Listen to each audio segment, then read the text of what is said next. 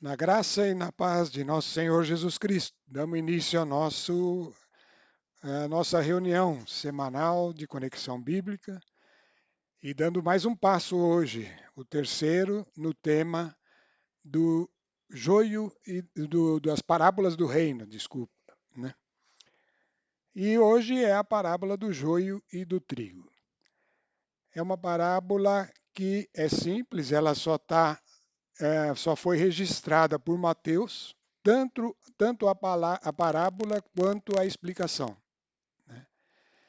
Porém, é assim, a revelação que ela traz já não é nada simples. O texto é pequeno, mas envolve questões do juízo, né? E por isso ela passa a ser bem complexa, né? Como sempre, a gente tem dito, não pretendemos levar ao limite, né, das revelações, porque isso é uma coisa que, na leitura da Bíblia, é um crescimento. A palavra de Deus é algo vivo e vai cada vez mais se aperfeiçoando na medida que a gente permanece nela. Mas vamos explorar o máximo que nós, com a ajuda daquele que é o nosso auxílio, o Espírito Santo. E é assim que a gente dá início novamente em oração, em nome do Pai, do Filho e do Espírito Santo.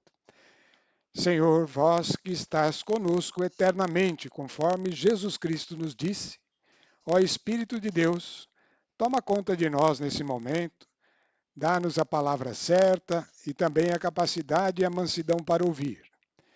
Que todos, Senhor, saiam beneficiados pela luz, que é Jesus Cristo, o Verbo, a palavra de Deus. E possamos, Senhor, crescer na natureza de Deus, na natureza à qual fomos chamados, para darmos um bom testemunho no mundo e glorificarmos o vosso nome. Amém. Bom, então vamos lá dar início a essa parábola do joio e do trigo, né? Primeiro nós vamos ler a parábola, né? Está lá em Mateus, capítulo 24, versículos aqui de 24 a 28. Esse é o texto que já está aí na tela mesmo. Mateus, Jesus propôs-lhe outra parábola. Então, só lembrando, só recapitulando rapidamente, então Jesus estava ali à beira do mar da Galileia e, de repente, acumulou uma multidão grande ao redor dele e ele foi levado a entrar num barco, né, para ficar em condições melhores para transmitir a pregação. E começou a falar uma série de parábolas. A primeira nós tratamos na última semana, a parábola do semeador, e hoje, então, dando continuidade, seguindo os textos de Mateus, né, através dele, mas verificando os outros textos que fazem referência à mesma parábola, nós tratamos da parábola do semeador e hoje do joio e do trigo, né? Então começa assim a do joio e do trigo. Jesus propôs-lhes outra parábola. Lembra que a parábola é revelação dos mistérios do reino, pelas palavras de Jesus mesmo, né?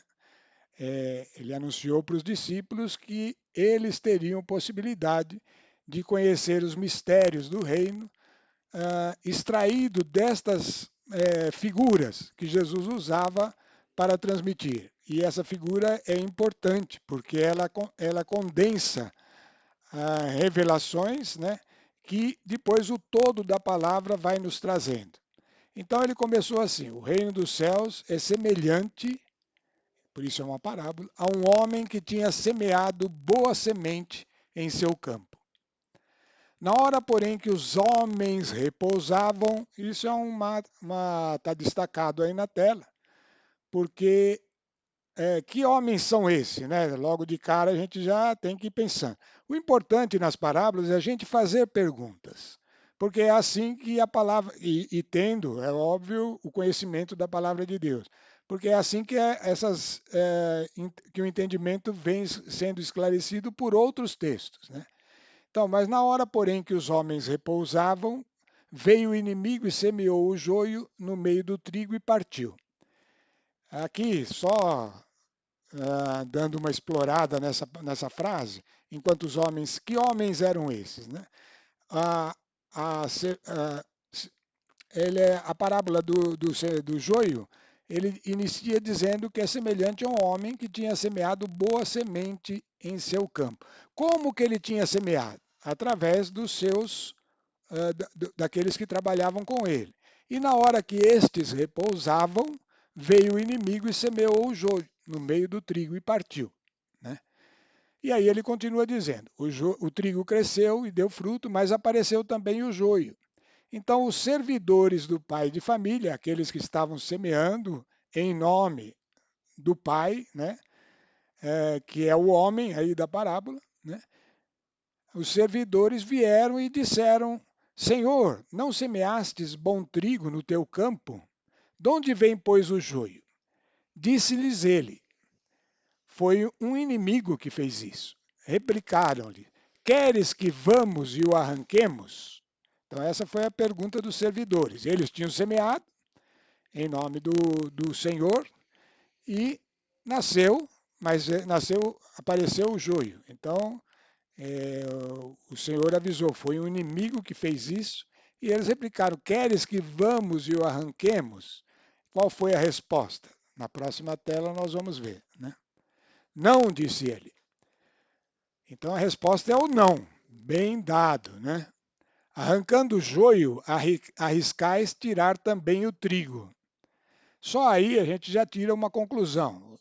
Os dois são bem parecidos e existe o perigo de, tentando ser criterioso e tirar o mal ali do meio, você pode estar arrancando algo que não era joio, né? Então, arrancando o joio, arriscais tirar também o trigo. Deixai-os crescer juntos até a colheita. No tempo da colheita, direi aos ceifadores: arrancai primeiro o joio e atai-o em feixes para o queimar. Recolhei depois o trigo no meu celeiro.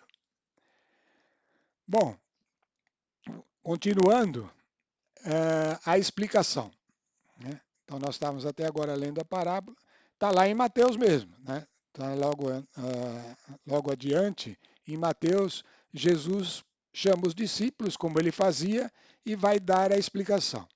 A gente já disse na parábola anterior que a explicação dada aos discípulos não foi em todas as parábolas, né?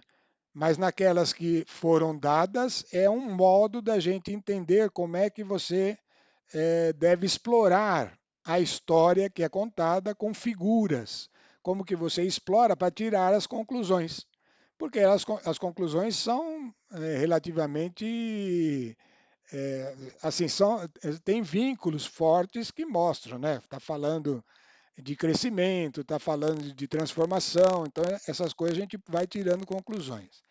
Mas no caso dessa do joio e do trigo, ele trouxe a explicação. Então vamos lá ver como ele transmitiu. Então é Jesus mesmo. Então despediu a multidão e em seguida entrou de novo na casa e seus discípulos agruparam-se ao redor dele para perguntar-lhe: Explica-nos a parábola do joio no campo. E Jesus respondeu. A explicação está aí nessas poucas palavras, tá? Mas ela tem um conteúdo enorme que nós vamos tratar aqui hoje, né? Jesus respondeu: O que semeia a boa semente é o Filho do Homem. O Filho do Homem é o próprio Jesus, né? Ele se intitulava Filho do Homem porque, sendo filho de Deus, ele se fez filho do homem, né? Então, ele se caracterizou como filho do homem. Então, o que semeia a boa semente é o Filho do Homem. O campo é o mundo. Então, o terreno que ele semeia é o mundo. A boa semente são os filhos do reino. E o joio, os filhos do maligno. Então, tem dois nomes aí que aparecem na parábola: filhos do reino e filhos do maligno. O inimigo que semeia é o demônio. Aquele inimigo que ele falou, um inimigo semeou, né? A colheita é o fim do mundo. Então, por isso que essa parábola ela tem desdobramentos, ela vai ao juízo, né? A colheita é o momento da separação, que ele falou, que não era para fazer antes. A colheita é o fim do mundo.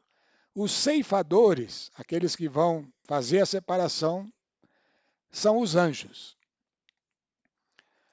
Bom, nós vimos que a boa semente, já desde a parábola do semeador, era a palavra, né? Semente que vai germinar é a palavra.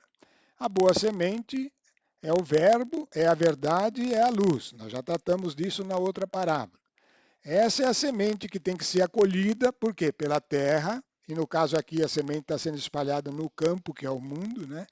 Tem que ser acolhida para gerar a verdade e a luz, que é a natureza de Cristo em nós, né? Então essa é a boa semente.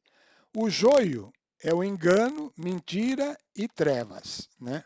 Por isso, aqueles que acolhem a boa semente caminham para a luz, e aqueles que acolhem a semente do engano, da mentira, do inimigo, né, caminha para as trevas.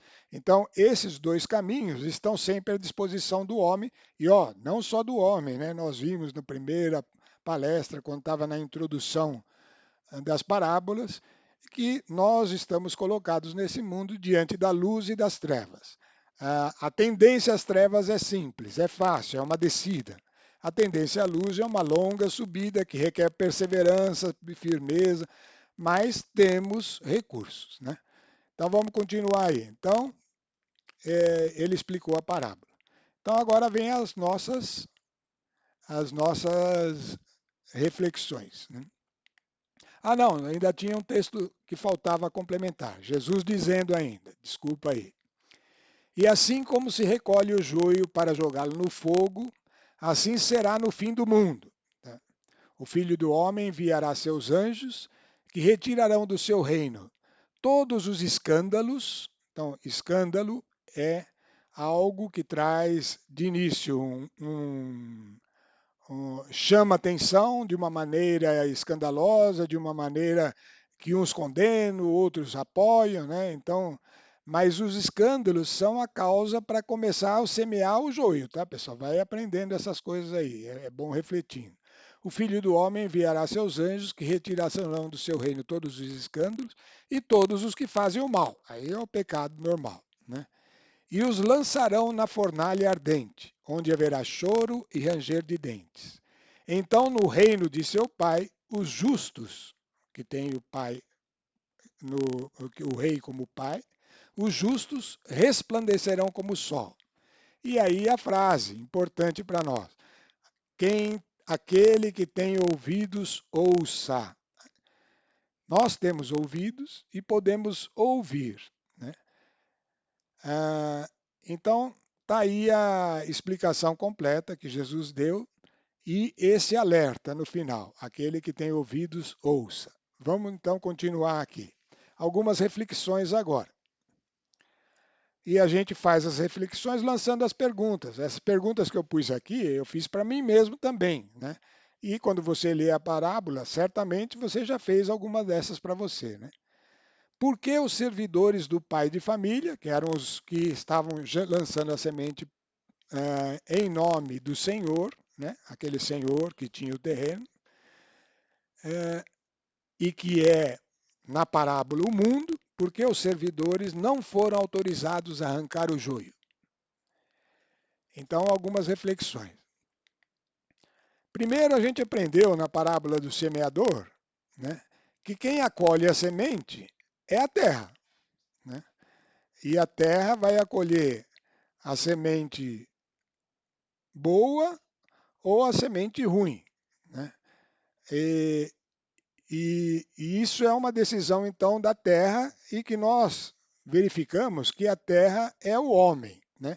Na parábola do semeador só tinha a semente boa e a terra com o seu entorno eram os obstáculos. Então, ali a semente podia nascer e crescer porque ela era boa.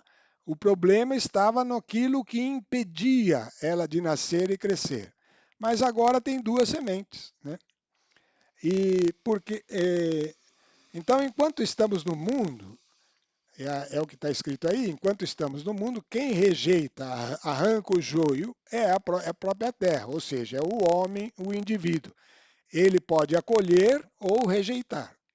Isso fica no âmbito da decisão do homem. O homem acolhe ou o homem arranca. Depende de nós.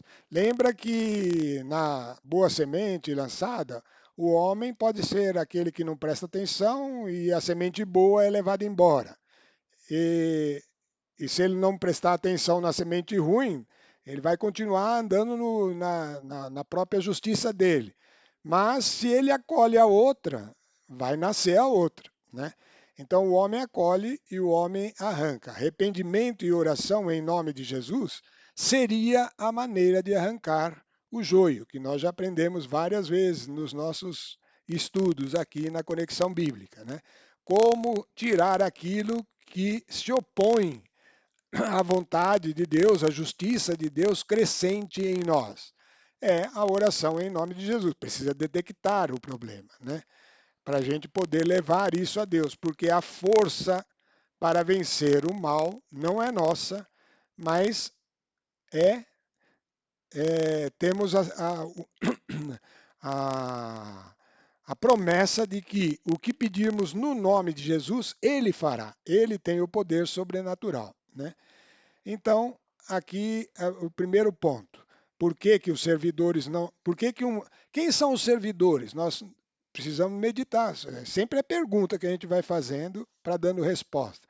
Quem que são os servidores? Aquele que leva a semente. Se a gente pensar hoje, no mundo hoje, quem são os servidores do pai de família? Os que anunciam o evangelho, os que estão pregando. Esses estão espalhando a semente boa, né, do evangelho. Por isso que é boa a notícia, né? Mas tem outros que estão servindo a outro senhor, que é Satanás, e espalhando a outra semente. Agora, acolher uma ou a outra fica na nossa decisão. Só que só posso fazer tomar essa decisão de arrancar se for algo em mim. Vem uma semente ruim para mim, eu posso até de início ah, procurar ver algo de bom naquilo, mas eu percebendo que é contrário à luz, que não é algo da luz, eu posso tomar a decisão de rejeitar, né? A terra pode tomar a decisão de rejeitar. Mas eu não posso fazer isso por outra pessoa. É por isso que o pai de família não deixou que os servidores arrancassem o joio. É algo que tem que ser removido por aquele que acolhe ou rejeita. E é o indivíduo, o homem, o indivíduo que está aí na tela. Só se pode fazer a limpeza por si mesmo, por quê? Porque no outro você nunca sabe. O outro, ele pode estar, você fala, não, aquele ali ele está se envolvendo com o joio, aquele está pensando é algo que está levando ele ao erro. Tudo bem, isso você pode ficar vigilante, mas não pode ir lá e impedir ele de acolher aquela semente. Isso seria uma agressão que nem Deus faz, fica na decisão pessoal do homem, né?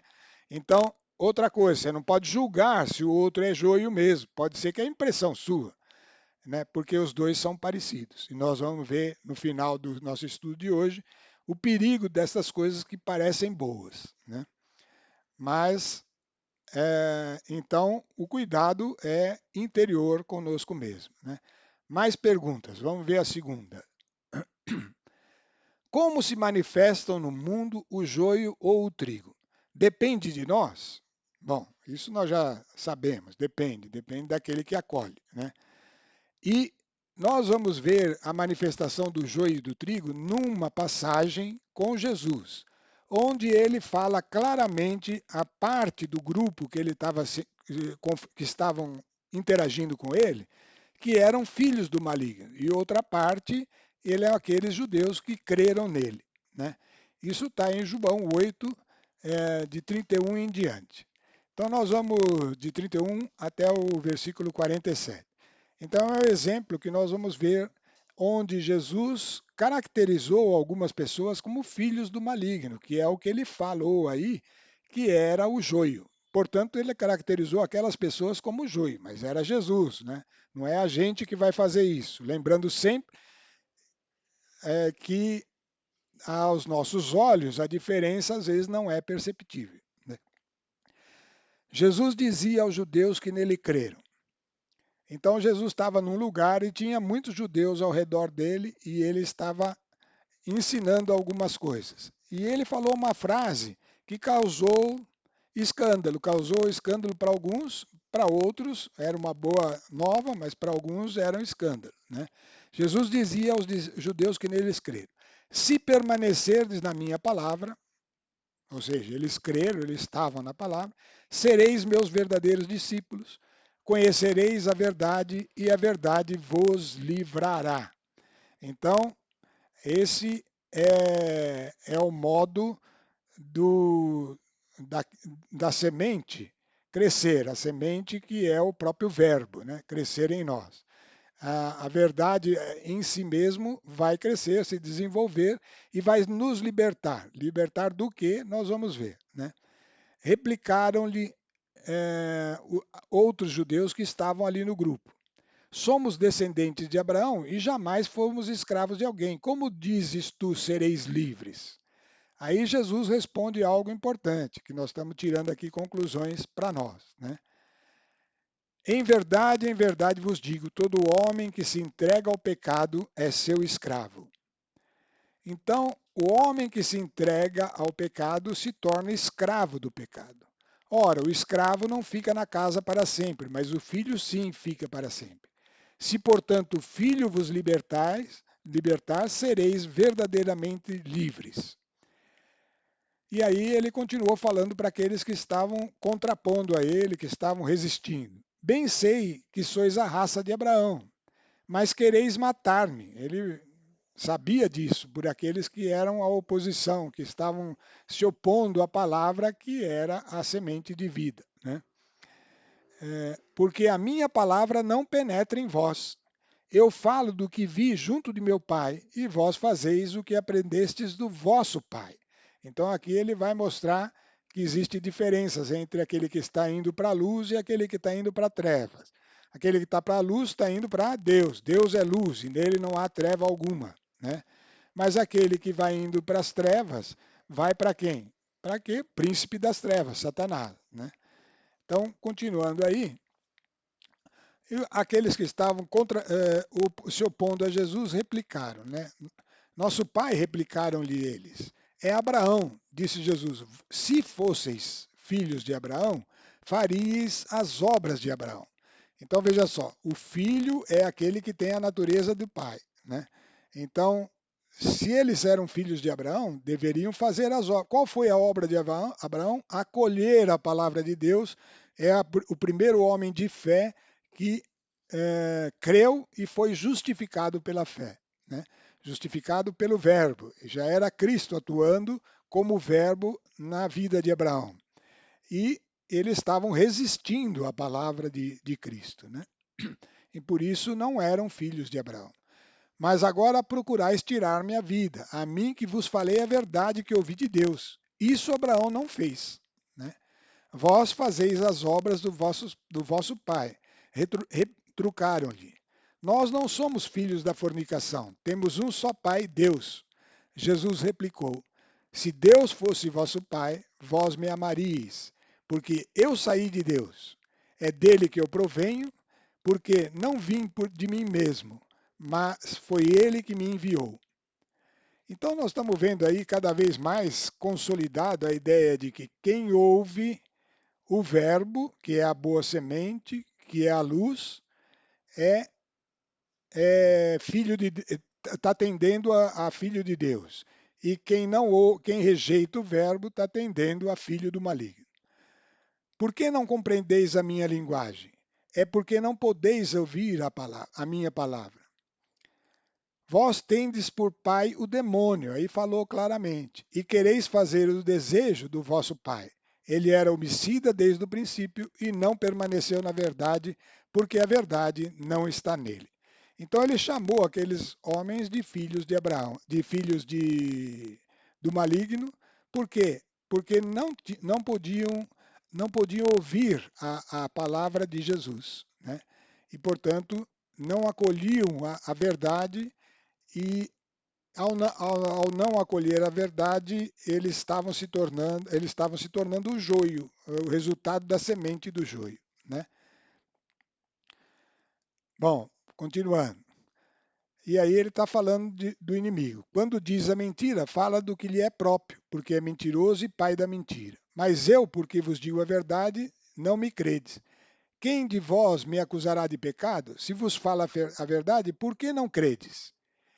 E aí vem a frase que esclarece muita coisa para nós. Quem é de Deus, ouve as palavras de Deus. E se vós não a ouvis, é porque não sois de Deus. Mas isso é uma coisa inerente dentro de nós.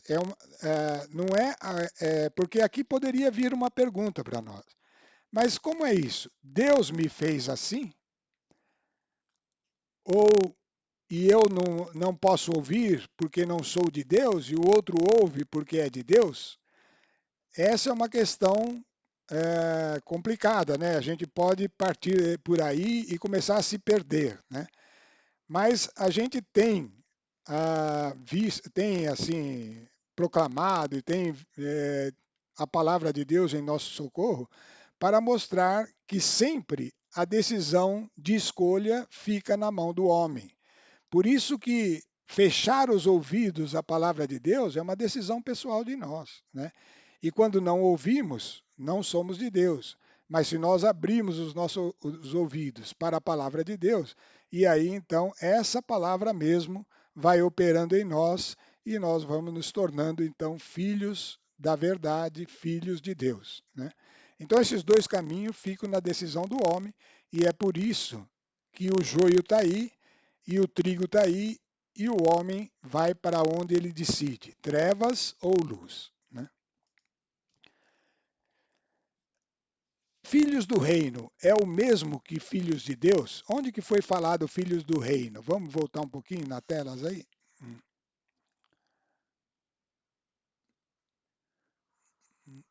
Não, acho que é no texto mesmo da parábola, né? Aí, aqui. Está lá na parábola. Despediu a multidão e começou a explicar para os discípulos. O que semeia a boa semente é o filho do homem, o campo é o mundo, a boa semente são os filhos do reino. E o joio são os filhos do maligno. O inimigo que semeia é o demônio, e a colheita é o fim do mundo, os ceifadores, os anjos. Então vamos voltar lá. Filhos do reino é o mesmo que filhos de Deus? Isso é uma pergunta, né? É uma pergunta que nós fizemos. Vamos ver como que a gente vai responder isso aí. Filhos do reino é o mesmo que filho de Deus? Afirmamos que não. Isso é uma afirmação que eu estou fazendo e nós vamos ter que demonstrar isso pela palavra de Deus. A maneira de demonstrar isso pela palavra de Deus é tratar de um assunto que está bem ligado a essa parábola que nós estamos procurando explorar, né? Essa parábola fala da separação do joio e do trigo no final dos tempos, que é o juízo. E nós temos um texto que Jesus mesmo falou e que Mateus registrou, também foi só Mateus que registrou. Então está tudo ligado aí. A parábola do joio, a explicação da parábola envolve o juízo e justamente Mateus registrou esse texto do juízo no capítulo 25, de 31 a 34. E aí é Jesus falando, tá, pessoal? Esse texto é Jesus falando, assim como a parábola e como a explicação. Quando o Filho do Homem voltar na sua glória e todos os anjos com ele, se sentará no seu trono glorioso. Todas as nações se reunirão diante dele e ele separará uns dos outros. Olha aí a separação. Como o pastor separa a ovelha dos cabritos. Então lá era joio do trigo e aqui ovelhas dos cabritos. Então são coisas similares, né? E que tem a ver. Então, como o pastor separa as ovelhas do cabrito, colocará as ovelhas à sua direita e os cabritos à sua esquerda. Então o rei dirá aos que estão à sua direita: Vinde benditos de meu pai, e tomai posse do reino. Então aqui, ó, os filhos do reino tomando posse do reino. Quem que está tomando posse do reino? As ovelhas, né? tomando posse do reino que vos está preparado desde a criação do mundo. Né? Então nós vamos ver quem são essas ovelhas à medida que nós vamos estudando esse texto do juízo nos próximos versículos. Mas aí já sabemos, espera aí só um pouquinho, já sabemos, né, que houve uma separação das ovelhas com os cabritos, né, colocou as ovelhas à direita e os cabritos à esquerda, né. Então o rei disse para aqueles que estavam à direita, que eram as ovelhas: Vinde benditos de meu pai, tomai posse do reino, né, que está preparado desde a criação. Como que foi feita essa escolha? Então é isso que nós vamos ver agora nos próximos textos. Vamos lá, na continuação. Filhos do reino é o mesmo que filhos de Deus? Afirmamos que não. Continuamos nessa afirmativa. E vamos ver por que, que a gente afirma que não. Então vamos ler Mateus 25, e agora eu vou pegar o texto na Bíblia mesmo, porque é um texto comprido, 25 de 35 a 46. Então vamos ver lá. 35 a 46. Aliás, é melhor ler do 34, né? Acho que não, tem que ler do começo. Aqui, onde começa o juízo? Do 29, isso aí. Ali tinha que corrigir na tela, do 29 em diante. Né? 29. Então guardem isso, quem estiver depois vendo, vai e quiser ler o texto, tá, tem que corrigir, do versículo 29 em diante.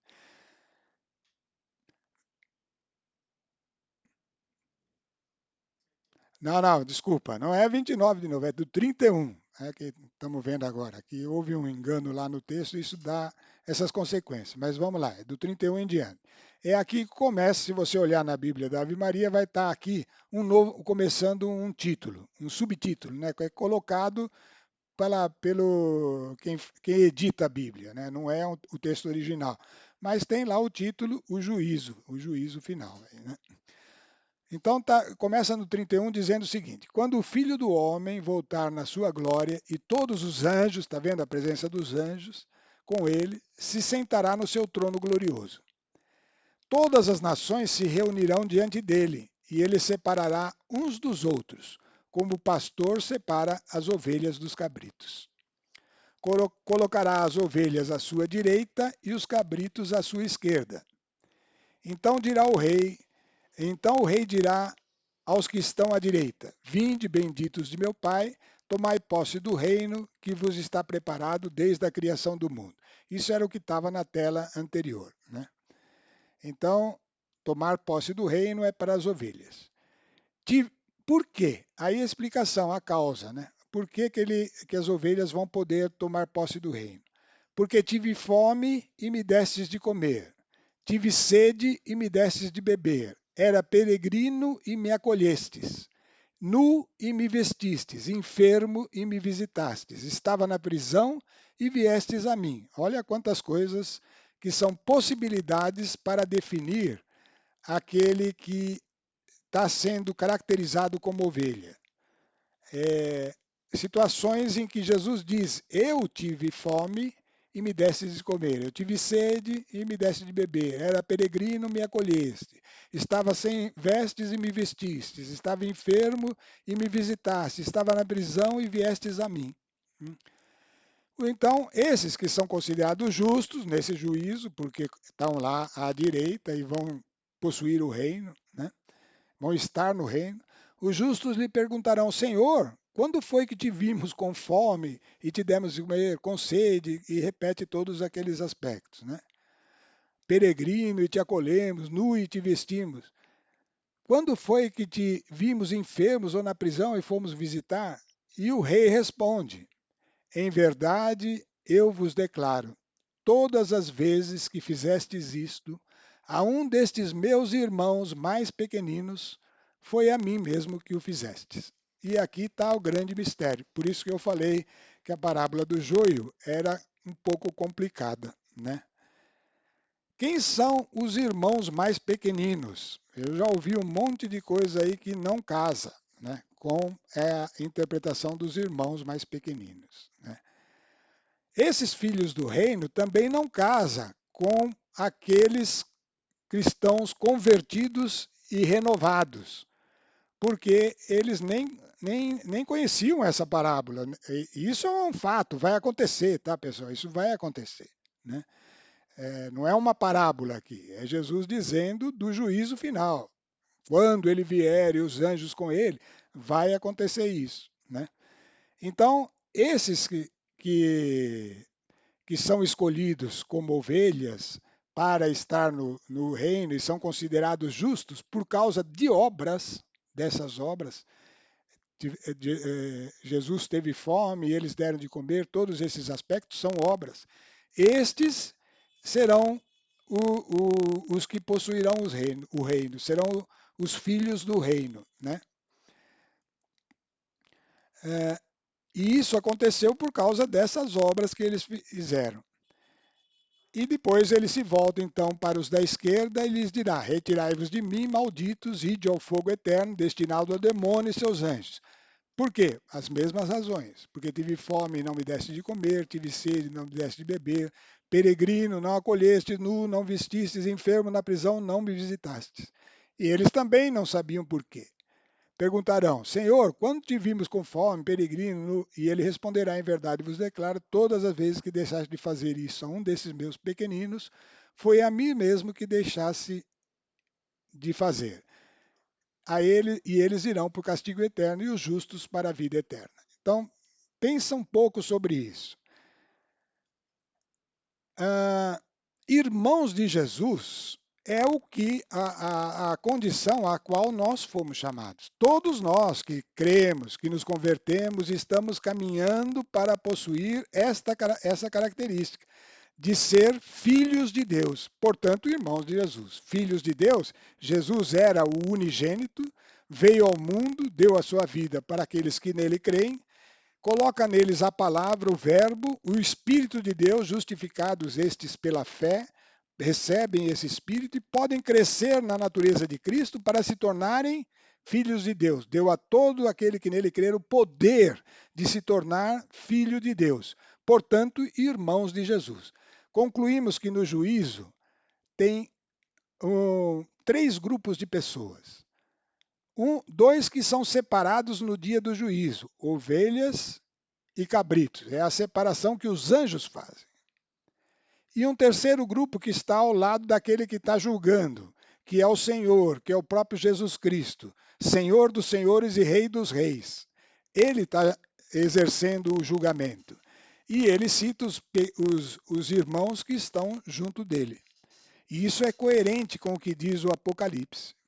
Porque no Apocalipse está escrito que os filhos de aqueles que creem em Jesus, aqueles que morreram em Cristo, ressuscitarão primeiro e estarão com Jesus no dia do julgamento. Já estarão com eles. Enquanto que o julgamento será feito para estes outros, né, que restaram. E o critério do julgamento é aquele que acolhe, aquele que sai de si mesmo em favor do que está sofrendo.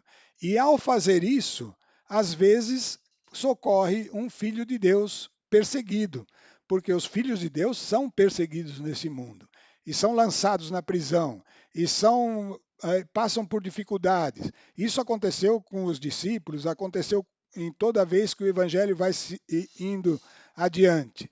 Aqueles que exercem misericórdia ocupam uma posição em que Deus se coloca como devedor deles, porque eles ajudaram aqueles que eram pequeninos irmãos deles, e ao ajudar estes, estavam ajudando o próprio Deus, Jesus Cristo. Então essas palavras são pesadas, palavras para refletir, e portanto, é isso que justifica os homens que não foram ainda transformados. Vamos voltar para a tela e para as conclusões, né? Mateus 10, 40 a 42 vai falar também daqueles que são enviados a pregar e que vão ser perseguidos, mas que aqueles que o receberem, eu estou adiantando, porque acho que o tempo já está adiantado também, né? Aqueles que o receberem, aqueles que derem nem que seja um copo d'água, nem que seja um copo d'água, não ficarão sem a sua recompensa. Então, por aí você via que os irmãos mais pequeninos foram esses que foram gerados aqui no mundo e começaram e continuaram a anunciar o Evangelho, e, portanto, estes são perseguidos, acusados, e tantas vezes o homem que se confronta com eles pode ser um homem não convertido, mas que exerce misericórdia. E tudo isso é para dizer o seguinte: a misericórdia é o que se requer daquele que não se converteu plenamente, né? Então, nós vimos isso de Mateus 10, 40, 42. Então, vamos agora para a próxima tela, né? Então, as conclusões. Neste mundo, vivemos possibilidades de nos tornarmos segundo o tipo de semente que acolhemos. A treva é da onde sai o joio, né? E que está relacionado com os cabritos e os filhos do maligno. Os que estão sob a luz, mas não são luz, são aquele trigo que nasceu e não deu fruto, ou que começou a dar fruto, mas eu não sei até que ponto ele será considerado já irmão de Jesus, filho de Deus, né? Mas é aquele que está em um crescimento parcial, renovação parcial. Então, esses são ovelhas, filhos do reino, estarão no reino, com uma diferença, nós vamos ver na sequência, conforme as obras de justiça. Quais eram as obras? É exercer a misericórdia, é sair de si em favor de um outro ser humano. Essa misericórdia é uma preciosidade. Em Tiago 2,13 vai dizer, ó, a misericórdia triunfa sobre o julgamento. Que julgamento? Esse mesmo que nós estávamos falando. No julgamento, a misericórdia vai triunfar. Os homens misericordiosos, mesmo que isso tenha sido uma característica pessoal dele, e ele nem conheceu Jesus, mas a misericórdia o colocará em condição de não estar entre os destinados às trevas eternas, né?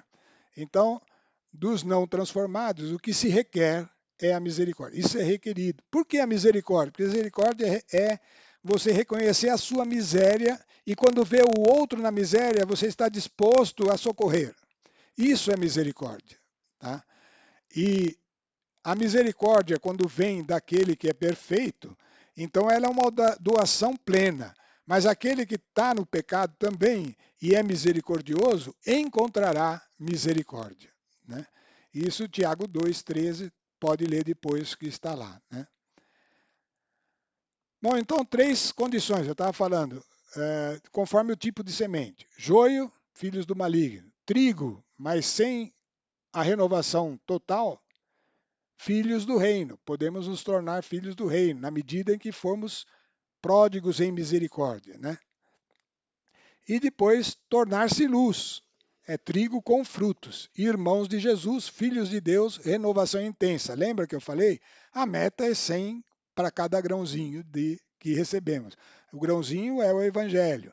Quanto mais ele se desenvolver em nós e produzir os frutos e nós nos tornarmos caracterizados como Cristo, então mais estaremos lá, não para ser julgado, porque na, João vai falar isso várias vezes, aquele que se converte e se torna e começa a crescer em Cristo, saiu da condição do juízo, não do juízo de Cristo, que é um juízo de crescimento da quantidade, mas do juízo do grande trono branco, que é esse que está descrito no Apocalipse, e do qual os filhos de Deus não participam. Então, lá em Apocalipse 26, vai dizer claramente que os filhos de Deus, esses que deixaram aqui, tornaram-se luz, trigos, e que viveram essa transformação, são os participantes da primeira ressurreição. E que a segunda ressurreição vem só bem depois. Depois de um período longo, que é chamado de milênio, é que vai haver esse juízo do trono branco, que é esse que a parábola do joio descreve. A separação que os anjos fazem é de todas as nações que viveram e que não e que estão na condição que não participaram da primeira ressurreição, separar entre eles os cabritos das ovelhas, cabritos das ovelhas. E as ovelhas serão acolhidas no reino. Mas qual a diferença? Né? Vamos ver na próxima tela. Qual a diferença no reino dos céus entre os filhos de Deus e os filhos de reino? é a coroa, pessoal. A coroa é a diferença. Porque filhos de Deus são filhos do Rei, Rei Jesus. E os outros estarão no reino, mas não para reinar, né? Segundo Timóteo 2, 1 a 7, é bacana porque é Paulo falando, né, sobre a importância que nós temos que dar para esse processo. Ah, tem. Então vamos lá, Timóteo, segundo Timóteo, capítulo.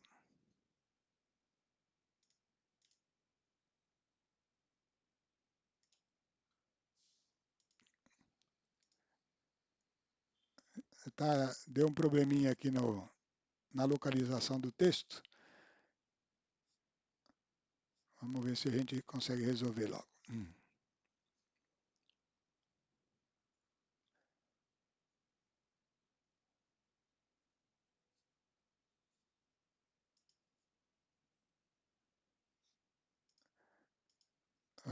Estamos aqui chegando lá. Bom, vamos ler aqui na Bíblia mesmo, fica mais fácil. Bem, segundo Timóteo, então vamos lá com calma. Oh, eu não guardei o número. Vamos lá. Segundo Timóteo. Atos dos Apóstolos, estou aqui localizando, Coríntios, Tessalonicenses, primeira epístola a Timóteo, segunda. Capítulo. Opa, entrou.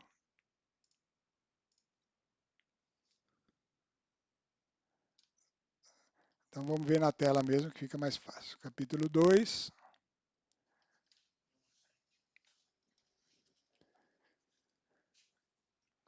Tu, portanto, meu filho, então Paulo está falando para Timóteo, que era que ia ficar no lugar dele lá, ou assim como outros tantos, né? Mas Timóteo ele tinha um especial carinho por ele, né? Tu, portanto, meu filho, procura progredir na graça de Jesus Cristo.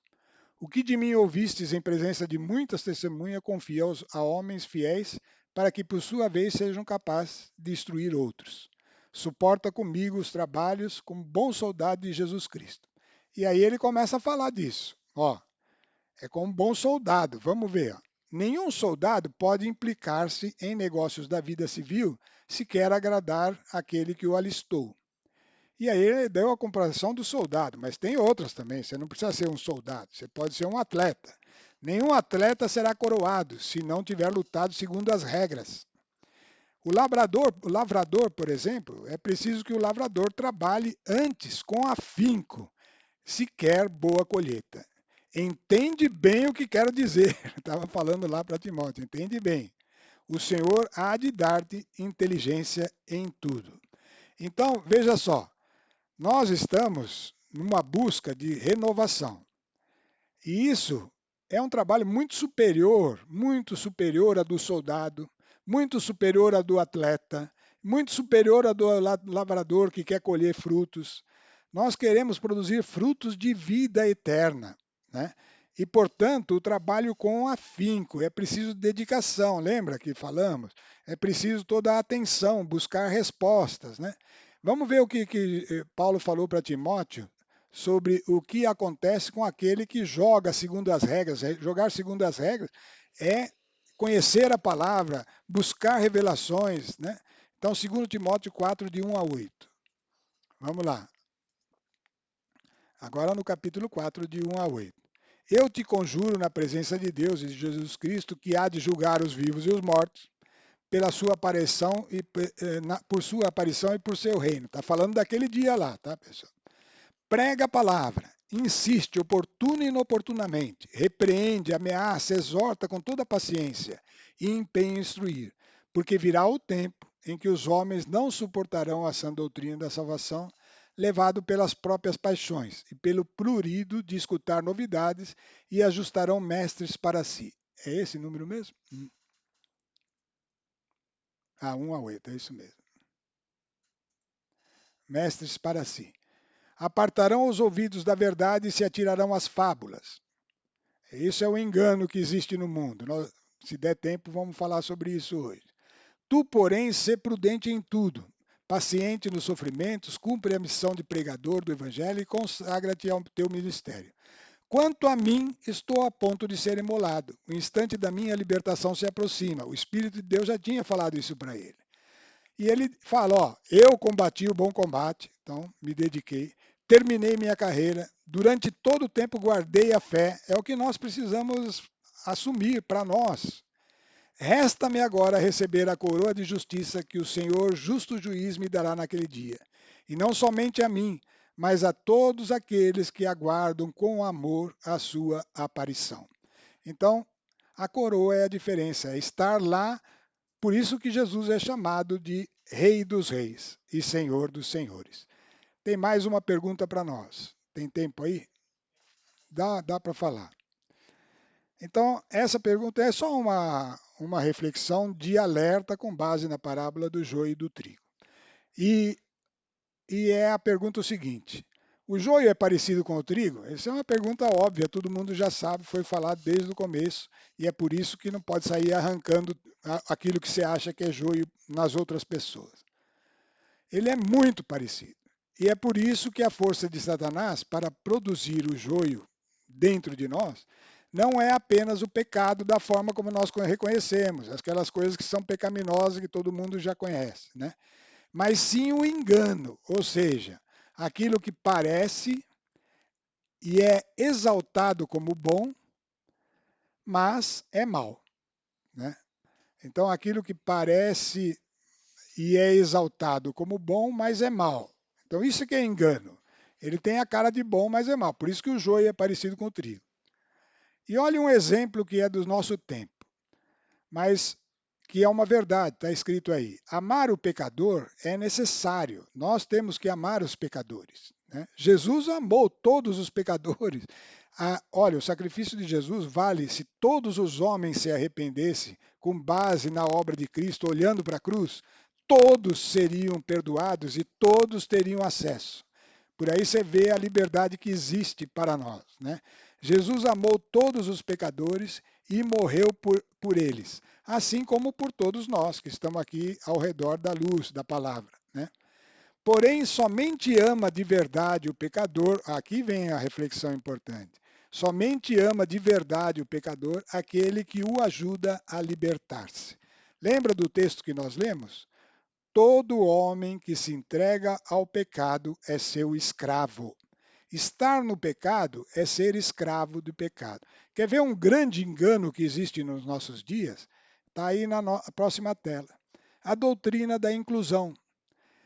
O que acontece com essa doutrina? É algo que diz assim, não, não podemos fazer separação de coisas. E isso não é bíblico, né?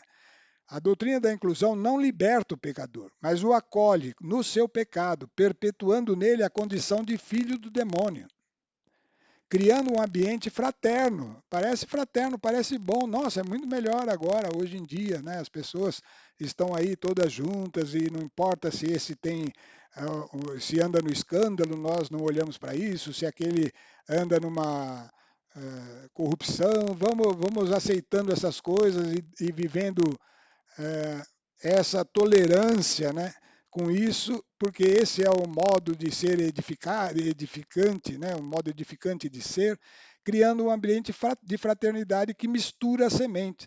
Se você ler Deuteronômio 22, 9 a 12, vai falar claramente que para os judeus que eles não podiam semear no mesmo campo duas sementes diferentes. Por quê? Porque acontece isso que aconteceu lá com o demônio, ele semeou o joio no meio do trigo, né? E nós não podemos conviver com pecadores no sentido de estar acolhendo eles para ver se eles se convertem. Não, isso é, é uma coisa que acontece no nosso tempo, mas que é ao contrário. Nós temos que estar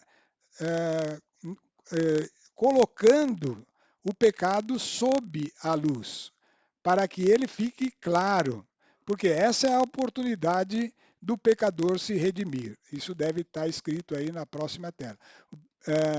Pecado tem cura, mesmo que presente desde o nascimento. A pessoa fala, mas eu nasci assim, eu sempre fui assim. Isso não justifica, porque todos nós nascemos pecadores. Se uns tendendo mais para pecados da carne, outro mais para pecados do orgulho, de vaidade, isso tudo nasceu conosco. Não tem essa de que porque nasceu assim, então tem que tolerar essa pessoa daquela forma. A- Ela, eu tenho que amá-la, mas não conviver com o pecado, né? Como ministrar o remédio? Manifestando a luz que revela o engano, com mansidão e sabedoria. Isso é com a ajuda do Espírito Santo, para que os corações não se endureçam. Eu não vou ficar acusando, apontando com o dedo, isso não. Porém, eu não posso contemporizar com o pecado. Eu tenho que deixar claro que aquilo é errado, e que tem cura, tem solução. É essa a mensagem que transforma e que pode transformar e resgatar aqueles que ainda estão lá para uma vida nova. Lembre-se, o poder de Deus é sobrenatural. Então não tem essa, não, mas a ciência diz que a pessoa nasceu assim, vai ficar assim. Isso não é para Jesus Cristo. Não é, isso é o caminho natural. O caminho de Deus é sobrenatural. Então essas foram as reflexões de hoje. O texto, como eu falei, é pesado, é um texto complexo, envolve o juízo, envolve todas essas questões. Eu peço para refletir sobre elas, né? Vai formando a sua opinião. Lembra? Nós falamos a semana passada, precisa ter a sua própria opinião. Então, é a oportunidade de você se confrontar com estas coisas. Que, que o Senhor nos ajude, e aqui começa a minha oração, para que nós possamos ter condições de discernir as coisas e de separar o que é luz do que é trevas na nossa própria vida, primeiro no nosso interior, e ajudar aqueles que estão nas trevas à nossa volta, da maneira conveniente. Senhor, ensina-nos nesse caminho e orienta todos nós na graça de nosso Senhor Jesus Cristo, a quem louvamos, e na força do teu Espírito, Senhor, em Cristo Jesus. Amém.